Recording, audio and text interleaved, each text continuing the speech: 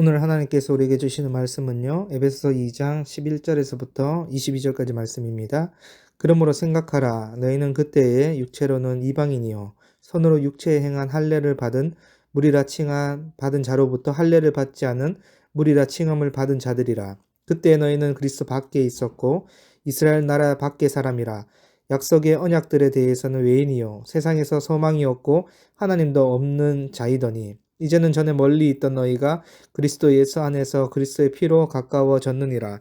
그는 우리의 합형이신지라. 둘로 하나를 만드사 원수된 것 곧 중간에 막힌 담을 자기 육체로 허시고 법조문으로 된 계명의 율법을 폐하셨으니 이는 이 둘로 자기 안에서 한 새 사람을 지어 합형하게 하시고 또 십자가로 이 둘을 한 몸으로 하나님과 화목하게 하려 하심이라. 원수된 것을 십자가로 소멸하시고 또 오셔서 먼 데에 있는 너희에게 평안을 전하시고 가까운 데에 있는 자들에게 평안을 전하셨으니 이는 그로 말미암아 우리 둘이 한 성령 안에서 아버지께 나아감을 얻게 하려 하심이라. 그러므로 이제부터 너희는 외인도 아니요 나그네도 아니요 오직 성도들과 동일한 시민이요 하나님의 권속이라.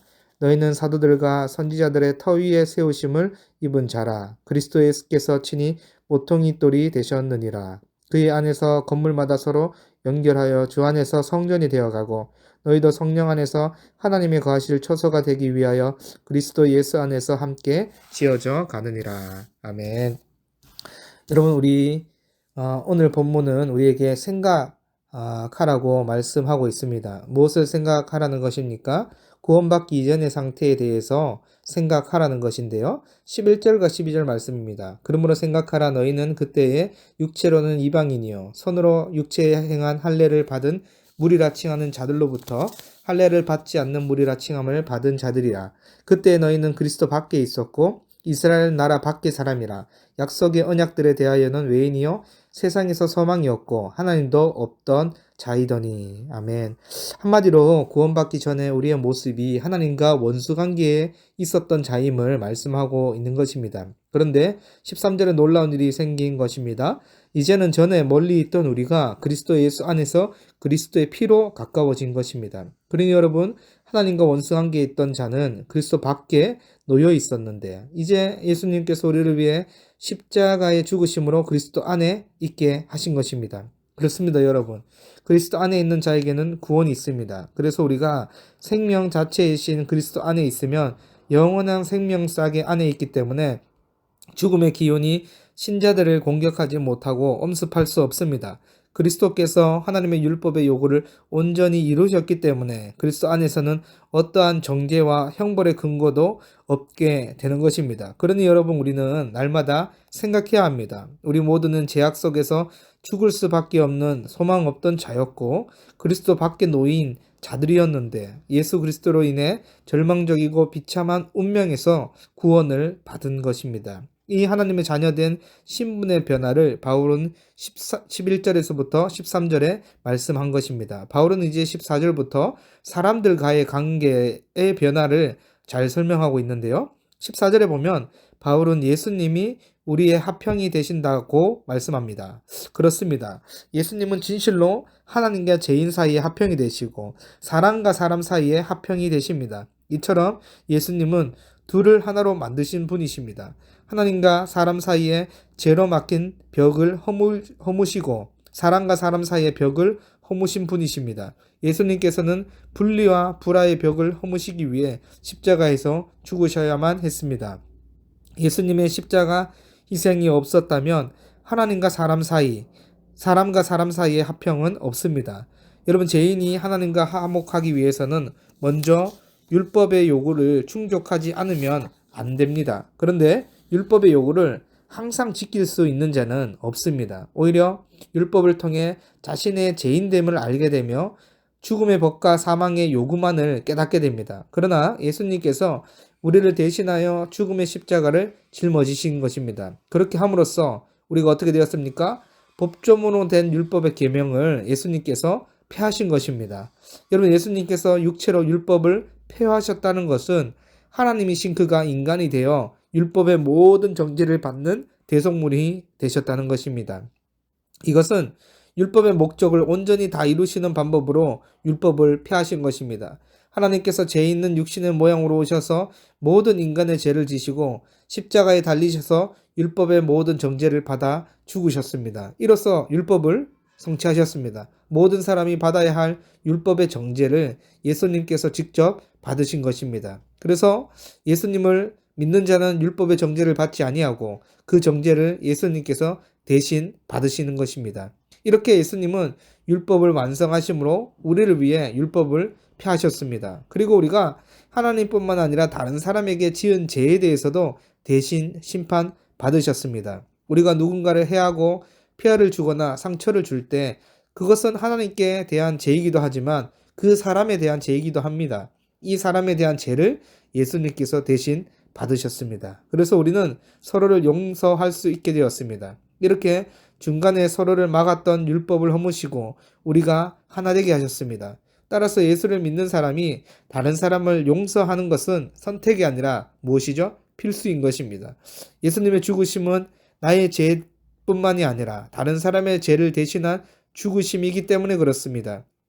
그래서 예수님에 대한 믿음은 자신의 죄에 대속할 뿐만 아니라 다른 사람의 죄의 대속도 포함된 믿음입니다.